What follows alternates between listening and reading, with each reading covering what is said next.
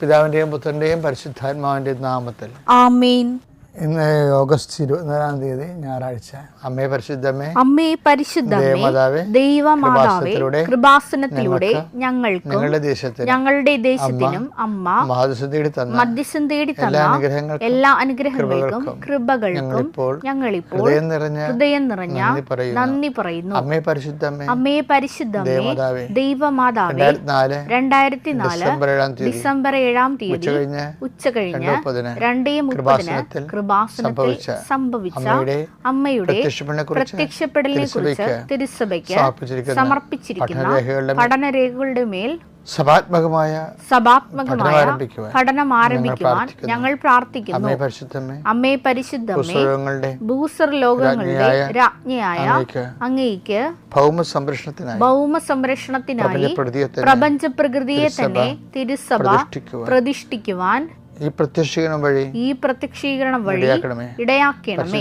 പരിശുദ്ധമേ, ജപമാല മാതാവേ, സകല കൃപാസനം പ്രാർത്ഥനകളോടും ചേർത്ത് ഞങ്ങളിപ്പോൾ പ്രാർത്ഥിക്കുന്ന ഈ കുടുംബത്തിന്റെ പ്രത്യേക നിയോഗം പറമക്കളെ.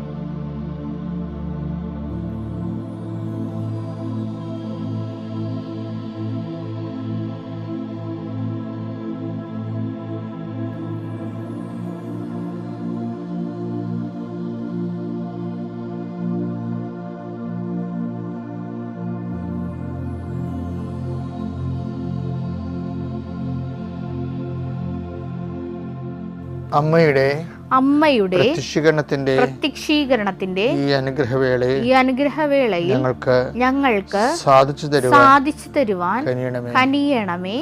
ആമേൻ. വിശ്വാസ പ്രമാണം. സർവശക്തനായ പിതാവും ആകാശത്തിന്റെയും ഭൂമിയുടെയും സൃഷ്ടാവുമായ ദൈവത്തിൽ ഞാൻ വിശ്വസിക്കുന്നു. അവിടുത്തെ ഏകപുത്രനും ഞങ്ങളുടെ കർത്താവുമായ ഈശോമിശിഹായിലും ഞാൻ വിശ്വസിക്കുന്നു. ഈ പുത്രൻ പരിശുദ്ധാത്മാവിനാൽ ഗർഭസ്ഥനായി കന്യകാമറിയത്തിൽ നിന്ന് പിറന്ന് പൊന്തിയോസ് പീലാത്തോസിന്റെ കാലത്ത് പീഡകൾ സഹിച്ച് കുരിശിൽ തറയ്ക്കപ്പെട്ട് മരിച്ച് അടക്കപ്പെട്ട് പാതാളങ്ങളിൽ ഇറങ്ങി മരിച്ചവരുടെ ഇടയിൽ നിന്ന് 3-ാം നാൾ ഉയർത്ത് സ്വർഗത്തിലേക്ക് എഴുന്നള്ളി സർവശക്തിയുള്ള പിതാവായ ദൈവത്തിന്റെ വലതുഭാഗത്തിരിക്കുന്നു. അവിടെ നിന്ന് ജീവിക്കുന്നവരെയും മരിച്ചവരെയും വിധിക്കുവാൻ വരുമെന്നും ഞാൻ വിശ്വസിക്കുന്നു. പരിശുദ്ധാത്മാവിലും ഞാൻ വിശ്വസിക്കുന്നു. വിശുദ്ധ കത്തോലിക്കാ സഭയിലും പുണ്യവാന്മാരുടെ ഐക്യത്തിലും പാപങ്ങളുടെ മോചനത്തിലും ശരീരത്തിന്റെ ഉയർപ്പിലും നിത്യമായ ജീവിതത്തിലും ഞാൻ വിശ്വസിക്കുന്നു. ആമേൻ. സ്വർഗ്ഗസ്ഥനായ ഞങ്ങളുടെ പിതാവേ, അങ്ങയുടെ നാമം പൂജിതമാകണമേ. അങ്ങയുടെ രാജ്യം വരണമേ. അങ്ങയുടെ തിരുമനസ് സ്വർഗത്തിലെ പോലെ ഭൂമിയിലും ആകണമേ. അന്നു വേണ്ടുന്ന ആഹാരം ഇന്ന് ഞങ്ങൾക്ക് തരണമേ. ഞങ്ങളോട് തെറ്റ് ചെയ്യുന്നവരോട് ഞങ്ങൾ ക്ഷമിക്കുന്നത് പോലെ ഞങ്ങളുടെ തെറ്റുകൾ ഞങ്ങളോടും ക്ഷമിക്കണമേ. ഞങ്ങളെ പ്രലോഭനത്തിൽ ഉൾപ്പെടുത്തരുതേ, തിന്മയിൽ ഞങ്ങൾ രക്ഷിക്കണമേ. ആമേൻ. നന്മ നിറഞ്ഞ മറിയമേ, സ്വസ്തി. കർത്താവ് അങ്ങയുടെ കൂടെ സ്ത്രീകളിൽ അങ്ങ് അനുഗ്രഹിക്കപ്പെട്ടവളാകുന്നു. അങ്ങയുടെ ഉദരത്തിൻ ഫലമായി ഈശോ അനുഗ്രഹിക്കപ്പെട്ടവനാകുന്നു. പരിശുദ്ധ മറിയമേ, തമ്പുരാന്റെ അമ്മേ, പാപികളായ ഞങ്ങൾക്ക് വേണ്ടി ഇപ്പോഴും ഞങ്ങളുടെ മരണസമയത്തും തമ്പുരാനോട് അപേക്ഷിക്കണമേ. ആമേൻ. കർത്താവിന്റെ ഉന്നതമായ നാമത്തിന് സ്തോത്രം ചെയ്യുന്നു. കർത്താവിന്റെ വിശുദ്ധ പൗരോഹിത്യത്തെ മഹത്വപ്പെടുത്തണമേ. കർത്താവ് ഒത്തിരിയേറെ എൻട്രൻസുകൾ എല്ലാം ഇൻ്റർവ്യൂ ഒക്കെ നടന്നുകൊണ്ടിരിക്കുന്ന സമയമാണ് ഈശോയെ. ജോലിക്കായാലും പഠനത്തിനായാലും ഇൻ്റർവ്യൂവിൻ്റെ കൂടെ കർത്താവ് കുറേ ആശയോടും പ്രതീക്ഷയോടും കൂടി ഇൻ്റർവ്യൂവിൻ്റെ ടെസ്റ്റ് എങ്ങനെയെങ്കിലും കർത്താവ് എൻ്റെ കയ്യിൽ നിന്ന് അബദ്ധം വന്നു, എന്നാലും ദൈവമേ നീ വിചാരിച്ച എന്നെ താങ്ങി നിർത്താൻ കഴിയുമെന്ന് വിചാരിച്ചുകൊണ്ട് ഇരിക്കുന്നവർക്ക് നിൻ്റെ സാന്നിധ്യം കൊടുത്തവർ നിലനിർത്തണമെന്ന് പ്രാർത്ഥിക്കുന്നു ഈശോയെ. എൻ്റെ കർത്താവെ, ചെറിയ കടകളൊക്കെ നടത്തുന്നവർ ഈശോയെ വല്ലാതെ വലയുന്നുണ്ട് ഈശോയെ. അവർക്ക് ഒന്നും അതിനകത്ത് കിട്ടണില്ല, പക്ഷേ കടങ്ങളാണ് വരണത്.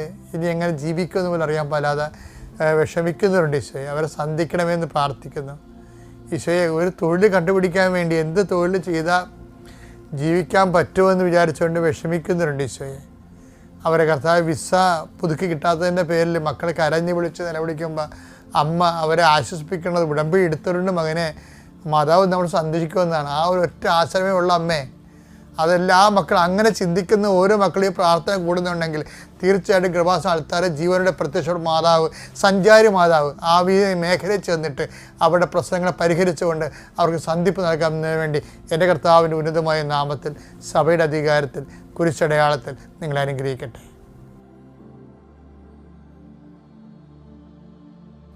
എൻ്റെ പ്രിയപ്പെട്ടവരെ, നമ്മുടെ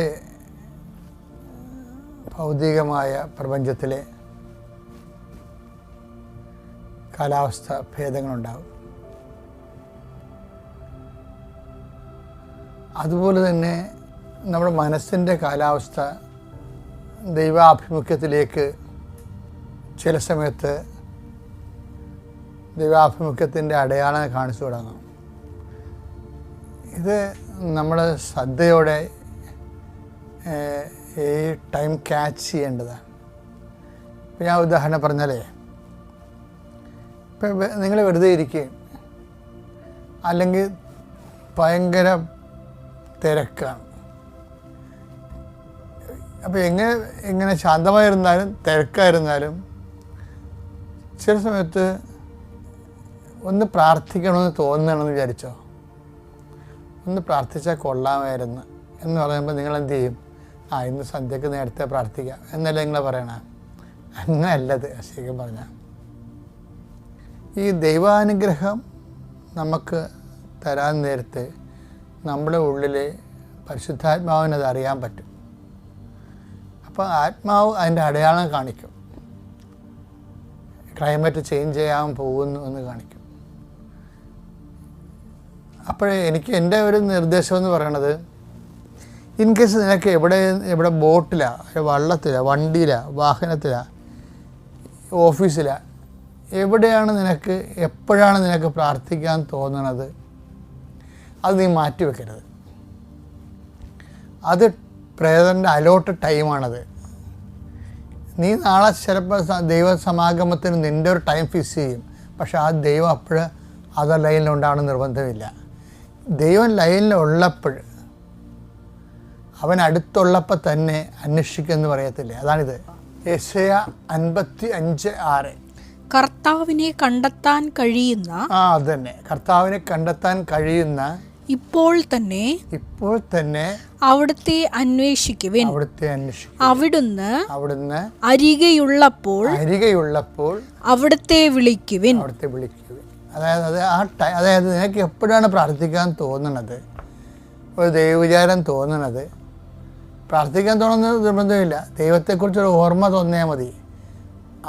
അതാണ് ടൈമെന്ന് പറയുന്നത്. അപ്പോൾ നീ എവിടെയാണെങ്കിലും അപ്പോൾ ഒരു നിമിഷം മൗനമായിട്ട് ദൈവത്തെ അനുസ്മരിക്കണം. ചിലപ്പോൾ നന്ദി പറഞ്ഞാൽ മതി, ഒന്നും വേണ്ട, ഇപ്പം എന്നെ ഓർപ്പിച്ചതിന് നന്ദി പറയുന്നു എന്ന് പറഞ്ഞാലും മതി. അല്ലെങ്കിൽ ഒരു നിമിഷം മൗനമായി ദൈവത്തിൽ ലയിച്ചിരുന്നാലും മതി, കണ്ണുകളടച്ച് ശാന്തമായിരുന്നാലും മതി. അപ്പം അങ്ങനെ വരുമ്പോൾ ഇതുപോലെ തന്നെ ഒരു ടൈം എപ്പോൾ തന്നെ അറിയാലോ. അതായത് ചില സമയത്ത് നേരെ ഓപ്പോസിറ്റും വരാം. അശ്വനിപാതം പോലെ നിലച്ചെറിയ സമയത്ത് ചില അസ്വസ്ഥതകൾ വരും. അപ്പോഴും നമ്മളോർക്കും നമുക്കെന്തോ കാലക്കേട് വന്നില്ല, ഇന്ന് ആരെയും കണി കണ്ടുകൊണ്ടാണ് ഇറങ്ങിയതെന്ന്. അതൊക്കെ ദൈവത്തെ അറിയാൻ പാലാത്തവർ അങ്ങനെ പല വിഡ്ഢിവേഷങ്ങളും പറയും. പക്ഷേ ദൈവബോധമുള്ളവരെ സംബന്ധിച്ചിടത്തോളം ചില സമയത്ത് നെഗറ്റീവ് അന്തരീക്ഷത്തിലൂടെയും ദൈവസാന്നിധ്യം ഉണ്ടാകും. ഇപ്പം നമ്മൾ ഉദാഹരണത്തിന് 24:32 എടുത്തേ, മത്തായിയുടെ സുവിശേഷം. അത്തിമരത്തിൽ നിന്ന് പഠിക്കുവിൻ, അതിന്റെ കൊമ്പുകൾ ഇളതാവുകയും തളിർക്കുകയും ചെയ്യുമ്പോൾ വേനൽക്കാലം അടുത്തിരിക്കുന്നുവെന്ന് നിങ്ങൾ മനസ്സിലാക്കുന്നു. അപ്പോഴേ വേനൽക്കാലം പിന്നെ ചൂടല്ലേ, ഈ ചില സമയത്ത് തണൽ പോവുകയെ, തണലിന് ഒത്തിരിയേറെ പ്രാധാന്യം ഉള്ളൊരു ദിവസമാണല്ലോ വേനൽക്കാലം. നമ്മളും വഴിയെ പോകുമ്പോൾ തണൽ തേടിയില്ലേ ആൾക്കാർ പോണത്. ഞങ്ങളൊക്കെ സ്കൂളിലൊക്കെ പഠിക്കുന്ന സമയത്ത് തെങ്ങിൻ്റെ തണലിലൂടെയാണ് പോണത്. കാരണം ഉച്ച 12 മണിക്ക് 1 മണിക്കൊക്കെ ഊണ് കഴിക്കാൻ വീട്ടിലോട്ട് വരുമ്പോൾ നല്ല വെയിൽ, സാധാരണ വഴി നല്ല വെയിലായിരിക്കും. അപ്പോൾ തെങ്ങിൻ്റെ തടം നോക്കി തണൽ നിർത്തി പോകും. വേനൽക്കാലത്തിൻ്റെ പ്രത്യേകത നമ്മൾ തണൽ തേടുന്ന ഒരു സമയമാണ്. നിങ്ങൾക്ക് ആരെങ്കിലും ഒന്ന് വേണം, ആരെങ്കിലും ഒന്ന് സംസാരിക്കണം, ആരോടെങ്കിലും നിങ്ങളുടെ ഈ സങ്കടം ഒന്ന് പറയണം, ഒന്ന് ഷെയർ ചെയ്യണം, ഒരു തണൽ വേണമെന്ന് പറയണത് അതാണ് വേനൽക്കാലം എന്ന് പറയുന്നത്. പക്ഷേ വേനൽക്കാലത്ത് വേറെ പ്രത്യേകത, നിങ്ങൾ പറയുന്ന ആളിൽ നിന്നല്ലായിരിക്കും ഇതിന് സ്വാതന്ത്ര്യം ഉണ്ടാകാൻ പോണത്.